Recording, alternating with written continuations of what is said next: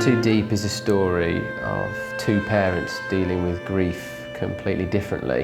When writing it, the underlying theme I wanted to hit was what it's like to actually lose someone close to you, and no matter who you are as a person, what you're willing to do to try and get those moments back or to make new moments. That's a wrap for Madeline, everyone.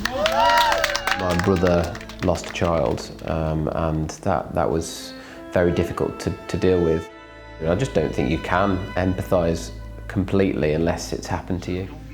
We were thinking about how we want to dress the room, how we want to lit it, how we want to approach to the details. And then suddenly I remember, okay, I was in the same situation a few years ago when I lost my dad.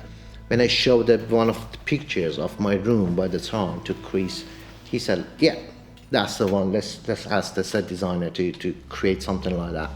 The stories we take on, they have to be saying something important, they have to be saying something new. So when I read James's script, that's kind of exactly what it did for me. It was a subject I knew about, but I didn't know the dangers of it. I couldn't even begin to fathom that level of trauma that character Ben would have gone through. But when you're looking to explore those roles, those emotions, those feelings, you know, and someone says, "Here's a vehicle in which to do that."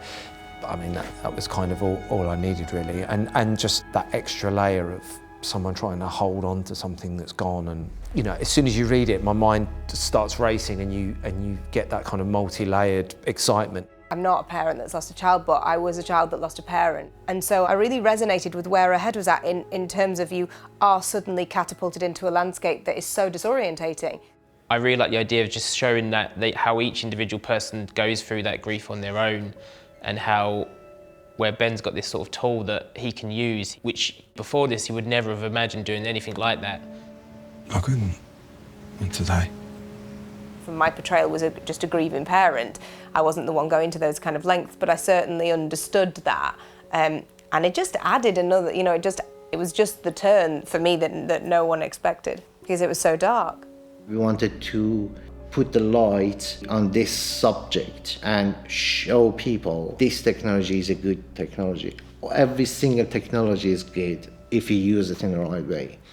But this technology can be used in the wrong way, and people can take advantage of it.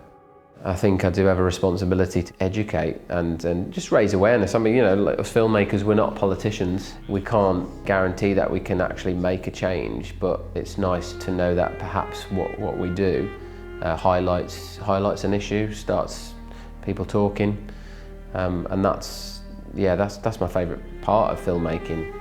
So the message of the film leaves a lot up to interpretation. I think that's one of the reasons I loved the script and I loved the film.